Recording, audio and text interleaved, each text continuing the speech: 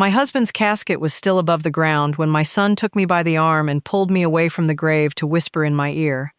I want you to picture where we were. A cold, gray morning at the cemetery. My Harold, my husband of 46 years, lying in a polished wooden casket, suspended over the open earth on those green straps they use, waiting to be lowered. The minister had just finished speaking. My daughter was holding my hand on one side, and on the other side, my son leaned in close enough that I could smell his aftershave, and he did not say that he loved me. He did not say that he was sorry. He did not say a single word about the man in that casket, his own father. He put his mouth next to my ear, right there at the graveside, and he began to whisper about the house, and the money, and what was going to happen to me now. His father was not yet in the ground, and my son was already dividing up what was left behind. My name is Ruth, and this is the story of the coldest morning of my life, and what I found in the days that followed that turned my grief into something much harder and much clearer, and what I finally did about a son who could not wait for his own father to be buried. I am going to ask you to stay with me all the way to the end, the way I always do, because there are things in this story you will not understand until we get there. By the end, you are going to know exactly what my son whispered to me over his father's grave.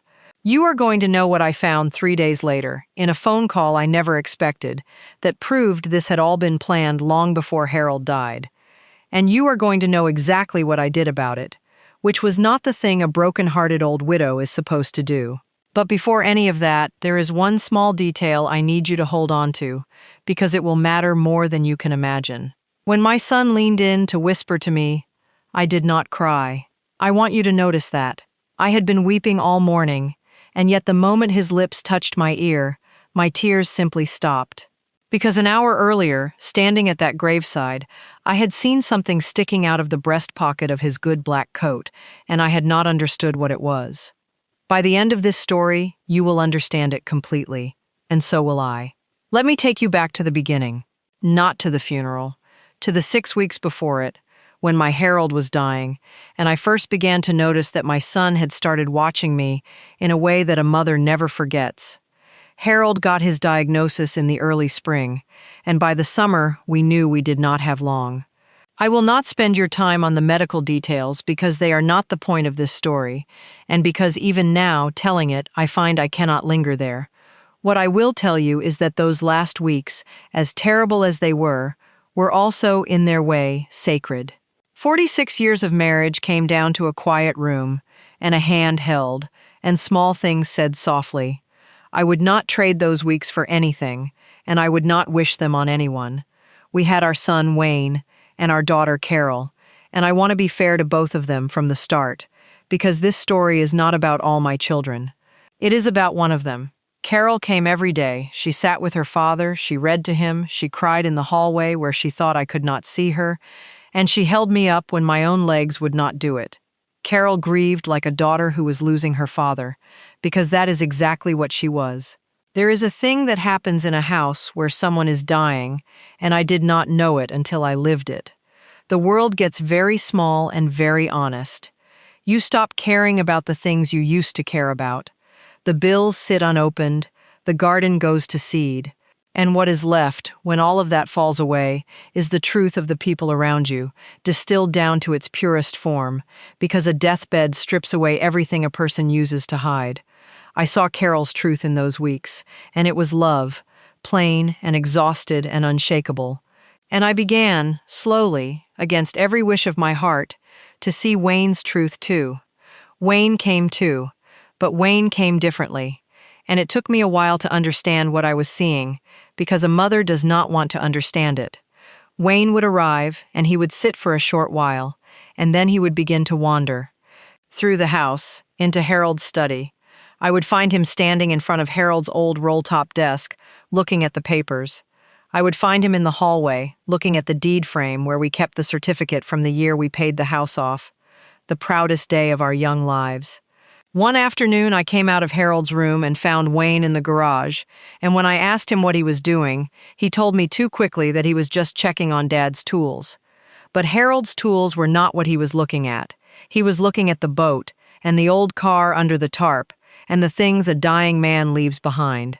I told myself I was imagining it. I told myself grief makes people strange, and that my son was simply lost, the way we were all lost. I told myself a great many things in those weeks, because the alternative was to look directly at a truth that no mother wants to see, which is that while one of my children was losing his father, my other child was taking inventory. There was one moment I could not explain away, though at the time I made myself try.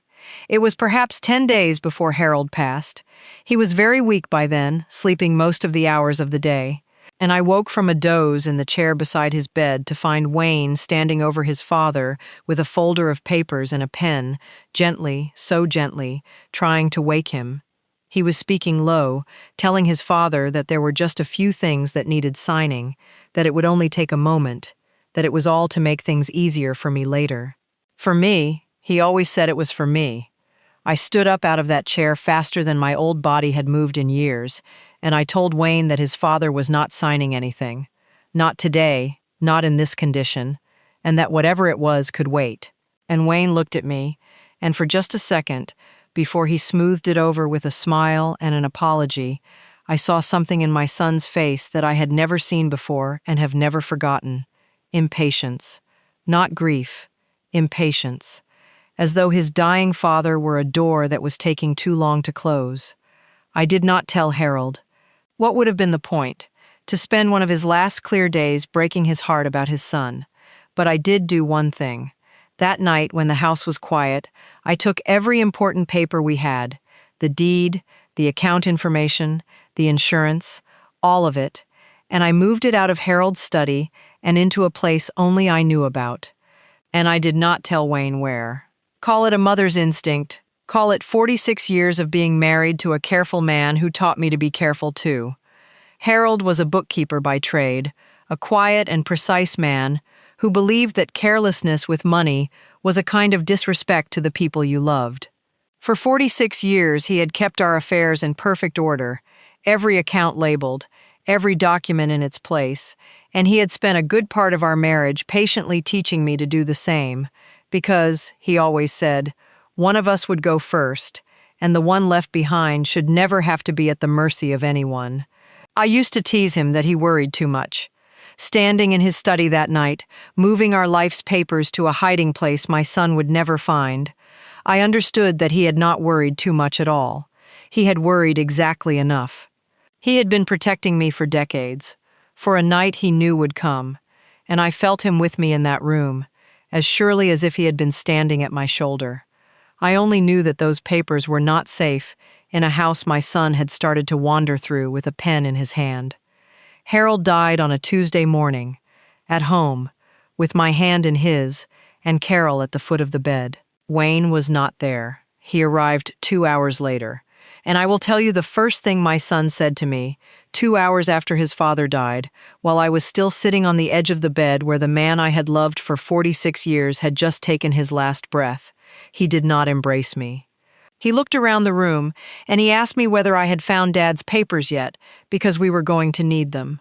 We were going to need them. His father not yet cold, and my son was already thinking about the papers. I did not answer him. I think I was in too much shock, both from the death and from the question, to form words. And I have thanked God since that I did not answer, because my silence let Wayne believe that I had not yet found anything, that I was a lost and helpless old woman drowning in grief, which is exactly what he needed to believe for the next part of his plan to work. Sometimes the most powerful thing a woman can do is let a man underestimate her. I did not know it yet, but my silence that morning was the first move in a game I had not even realized I was playing. The next 3 days were a blur of the things that death brings: the funeral home, the flowers, the endless casseroles from neighbors who did not know what else to do with their love. Carol handled most of it, bless her, while I moved through the days like a woman underwater, and Wayne handled a surprising amount too, which at the time touched me, until I understood later what he was really doing. Wayne insisted on being the one to deal with certain things. He insisted on making certain calls. He was so very helpful, my son, so eager to take charge, and a grieving widow is grateful for anyone who will take charge, and so I let him, and I did not ask enough questions, and that is a thing I will carry. And then came the morning of the funeral. It was cold for the season, a gray sky that could not decide whether to rain. The whole family came. Harold's brother Frank drove 3 hours to be there, an old gruff man who had loved my husband since they were boys and who wept openly at the graveside in a way that shamed the dry eyes around him. There were cousins and old friends and neighbors and Harold's fishing companions of 30 years. My Harold was a well-loved man, and they came to say so. We stood at the graveside, the casket, that beautiful polished casket that had cost more than my first car, rested on its straps above the open ground, and as the minister spoke, I found myself looking at my children on either side of me. Carol, weeping quietly, her hand in mine, and Wayne, on my other side, in his good black coat, his face composed into the correct expression of grief. And it was then, as I looked at him, that I saw it.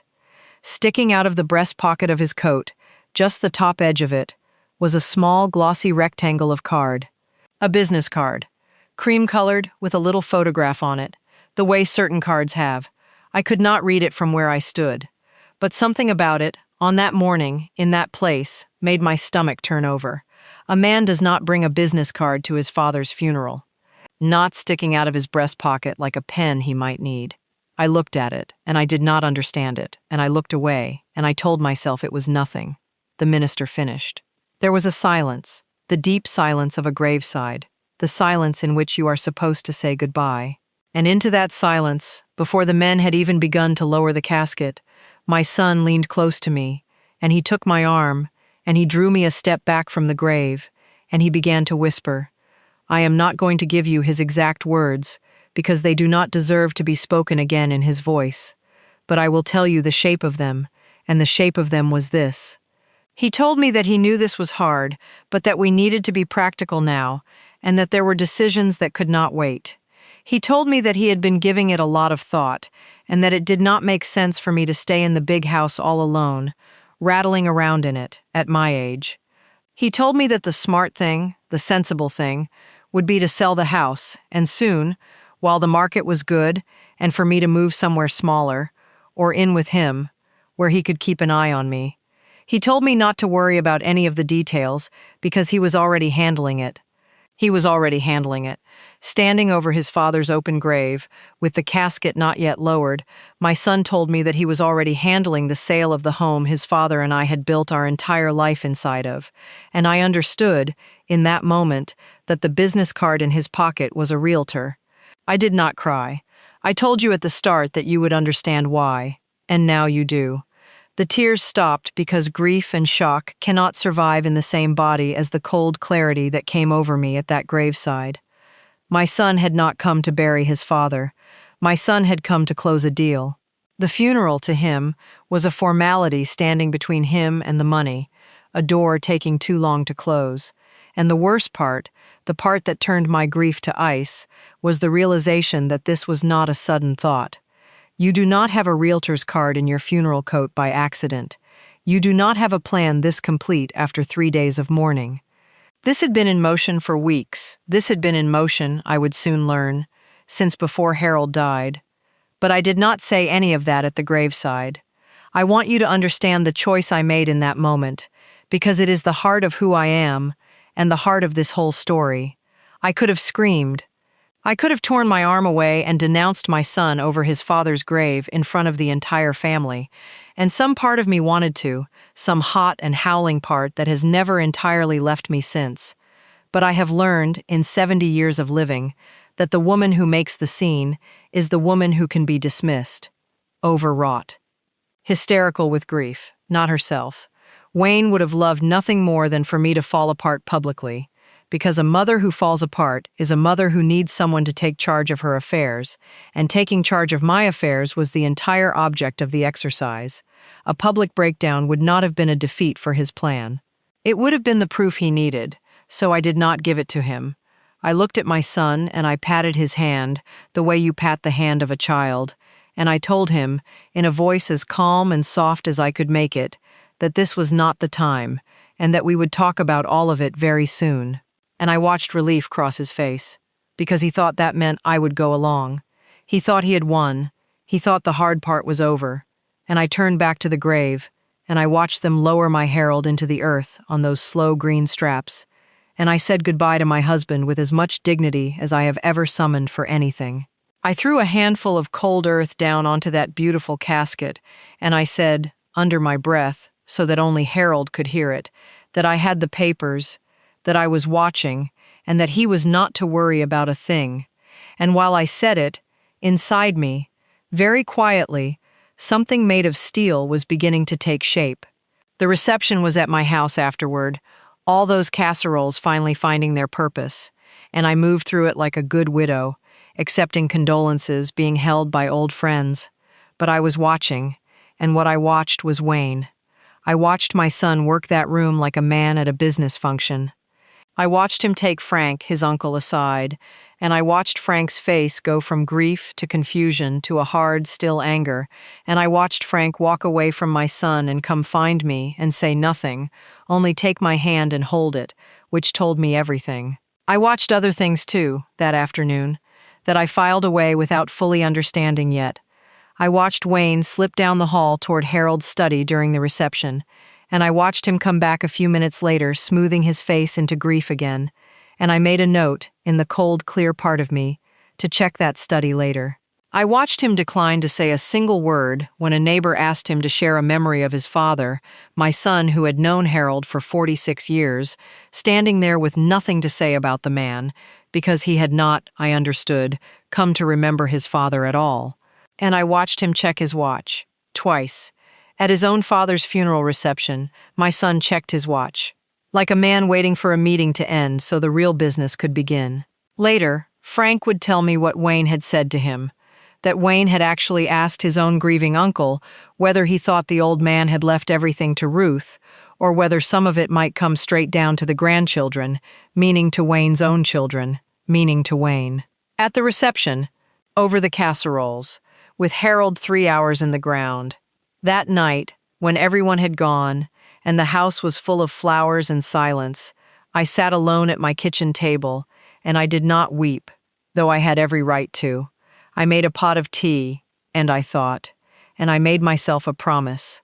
I promised Harold, out loud, in that empty kitchen, that I would not let his life's work, our life's work, be picked apart by a son who could not wait for him to be buried. I did not yet know how. I only knew that I would. The how arrived 3 days later, in a telephone call. I was in the kitchen when the phone rang, and a bright, professional voice on the other end introduced herself as a real estate agent.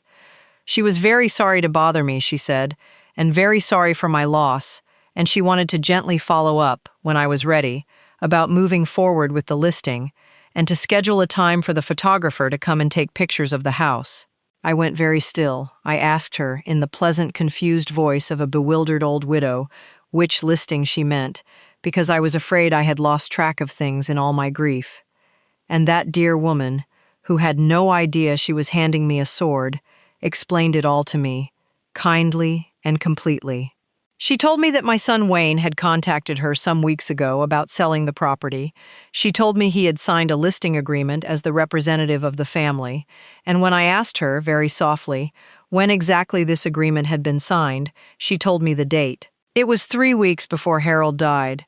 I had to sit down. 3 weeks before his father took his last breath, while Harold was still alive, still fighting, still my husband in a bed down the hall. Our son had already signed papers to sell the house out from under both of us. He had hired a realtor to sell his dying father's home while his father was still dying in it. That was what the card in his pocket had been. That was what he had been handling. That was the plan, complete and dated and signed, that no grief could ever have produced in 3 days, because it had never been about grief at all. I sat at my kitchen table with the phone still warm in my hand, and I let the whole thing arrange itself in front of me, like the last pieces of a puzzle I had been refusing to finish. The wandering through the study, the looking at the deed frame, the impatience on his face at his father's bedside, the too quick question, 2 hours after Harold died, about whether I had found the papers, the card in his coat, the whisper at the grave. It had never been a series of separate strange moments. It had been one single, patient, coordinated plan, running quietly underneath my husband's death the entire time, and I had been too deep in my grief to see the shape of it. Wayne had counted on that. He had counted on my grief the way a burglar counts on a family being away. My sorrow was not something he felt alongside me. It was the cover he had been waiting for. I thanked the agent. I told her, still in that soft, bewildered voice, that there had been a terrible misunderstanding, that I was the sole owner of the property, that no one had any authority to list it but me, and that I would need everything she had in writing. She was mortified. She emailed me the listing agreement within the hour, Wayne's signature at the bottom, the date beside it, 3 weeks before the funeral, and she canceled the listing that same afternoon, because of course Wayne had never had one shred of authority to sign it. The house was mine. It had always been mine and Harold's, jointly, and now it was mine alone, and my son had forged his way into a contract he had no right to sign, on a property he did not own, to sell a home his mother was still living in. I printed that email.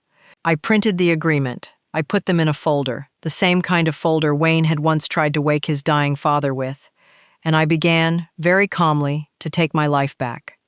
I called my own attorney first, not Wayne's, not the family's, mine, a woman I had known for years.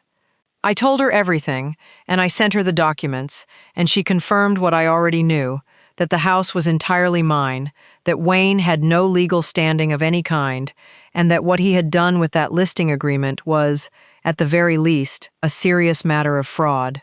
She asked me if I wanted to pursue it. I told her I would decide that after I had looked my son in the eye. Then I did the thing that mattered most. I asked my attorney to help me change my will.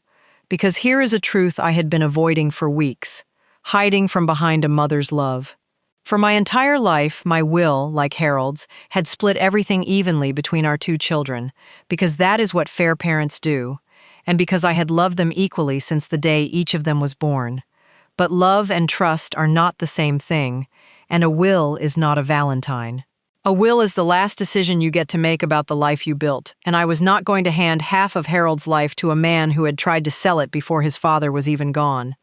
I thought about it for a long time before I signed, because a mother does not do such a thing lightly, and I want you to know that I did not. I sat with it for 2 full days. I asked myself whether I was acting out of anger, because a decision made in anger is a decision you regret, and I decided, in the end, that I was not. Anger fades, and this was not fading. This was clarity, and clarity only grows. A person had shown me, in the plainest possible terms, at the worst possible moment, exactly what he would do with power over me and mine, and it would have been a foolish and frightened woman who saw that and then handed him the power anyway and called it love.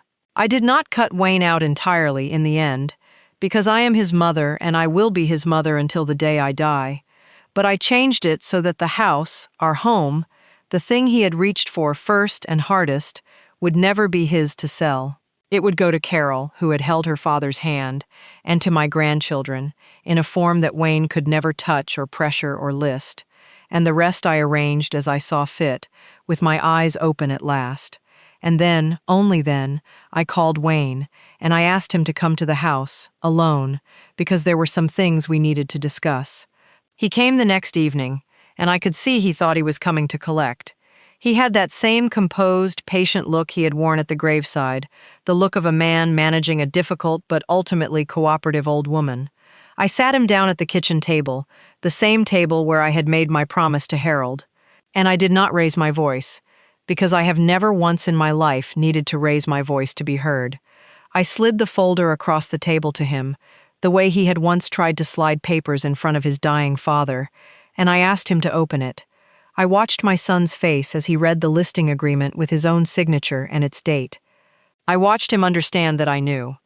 I watched him begin to build an explanation, and I lifted one finger, just one, and he stopped.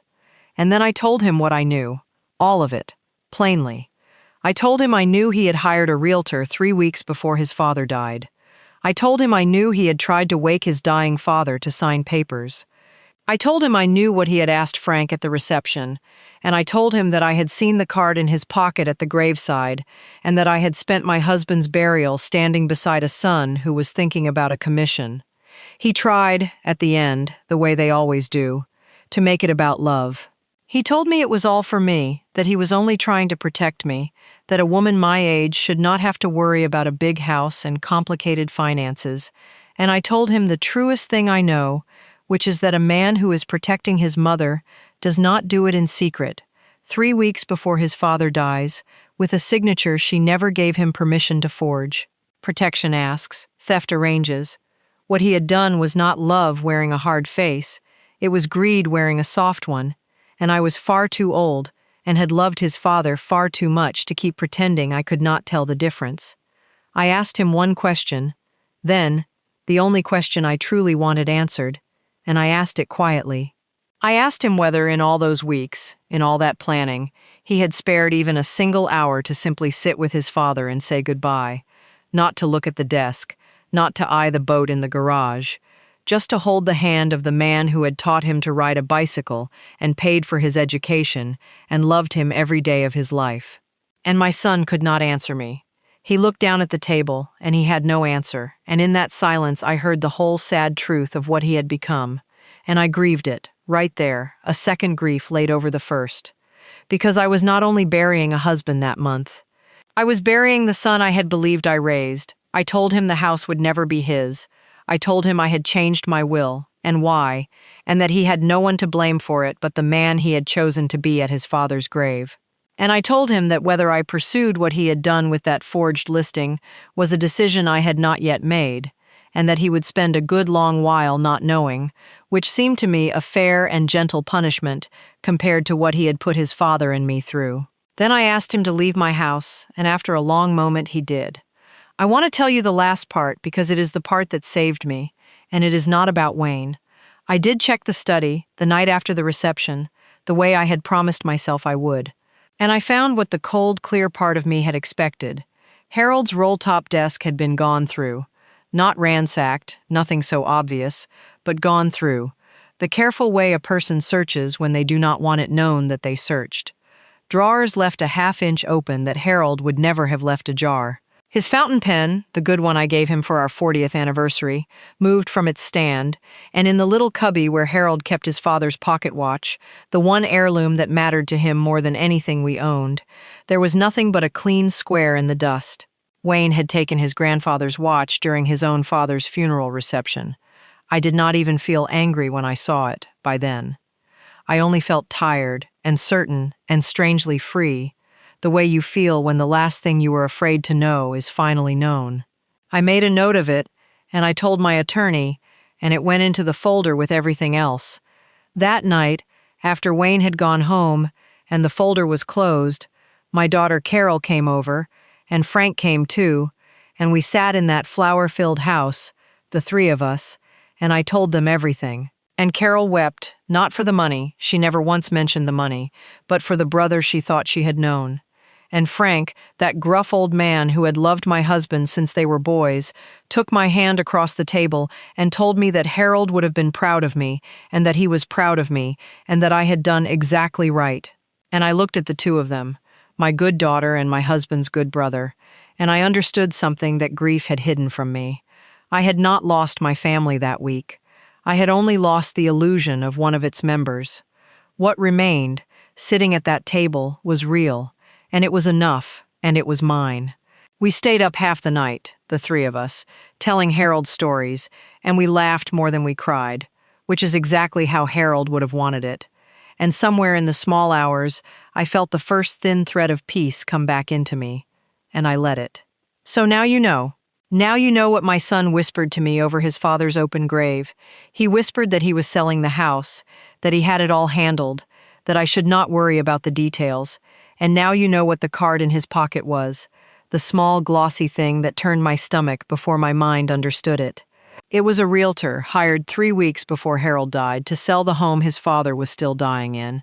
My son did not come to bury his father, he came to close a sale. and the tears stopped on my face at that graveside because you cannot weep and see clearly at the same time, and God gave me, in that terrible moment, the gift of seeing clearly. And now you know what I did about it. I did not scream over the grave. I did not fall apart at the reception. I let my son believe I was a lost old woman because his underestimation was the only weapon I needed. I waited. I let the truth come to me in a phone call. And then I moved, quietly and completely, one careful step at a time, until the house he tried to steal was protected forever. My will was changed. His forgery was in a folder with my attorney, and my son understood, finally and fully, that his mother had buried his father with more dignity than he had shown in the whole of that terrible week. I still live in the house. Harold's chair is still by the window, and some mornings I sit in it just to feel close to him. Carol comes on Sundays with the grandchildren, and the house fills up with the noise of a family that is smaller than it used to be, but truer than it has ever been. The children are loud and sticky and forever leaving toys underfoot, and I have never in my life been so grateful for a mess. Frank calls me every week, on Wednesdays, the way Harold used to call him, and we do not always have much to say, two old people on a telephone line, but the silence between us is a good silence, a family silence, and it is worth more to me than 100 of the words Wayne once used to manage me. Wayne and I speak rarely and carefully, and I have made my peace with the distance, because some distances are not a punishment but a protection. I do not hate my son. I gave up hating a long time ago. It is too heavy a thing to carry at my age. I still hope, in the quiet part of a mother's heart that never fully closes, that one day he will come to me not for the house or the money, but simply because he is sorry, and if that day ever comes, I will put the kettle on and I will listen. But I will not hold my breath, and I will not leave the door unlocked while I wait, and I will not, ever again, mistake his convenience for his love. I have stopped pretending, and there is a great and quiet freedom in that. The freedom of a woman who has finally decided to see her life exactly as it is. Here is what I want to say to you before I go, because I believe someone listening tonight needs to hear it. Grief is a door that thieves love, because a grieving person is a distracted person, and a distracted person can be robbed. If someone in your life is being very practical about your money before your loved one is even in the ground, I am not telling you to assume the worst of them, but I am telling you that you are allowed to notice. You are allowed to grieve at your own pace, and no one else's. You are allowed to say this is not the time, and mean it, and you are allowed, when the fog finally lifts, to look clearly at what happened while you were not looking, and to protect what is yours, no matter whose name is on the birth certificate. Your grief is not a window for anyone to climb through, and you are never too old and never too heartbroken to lock it. So tell me in the comments, has anyone ever reached for the inheritance before the grief had even settled? I read every single one, and I think the people gathered here tonight understand each other in a way that few people do. If you believe a widow has the right to bury her husband before anyone touches what he left her, then stay a while and subscribe, and I will see you at the next one. Thank you for sitting with me tonight. There is always a place for you here, and I will keep it warm.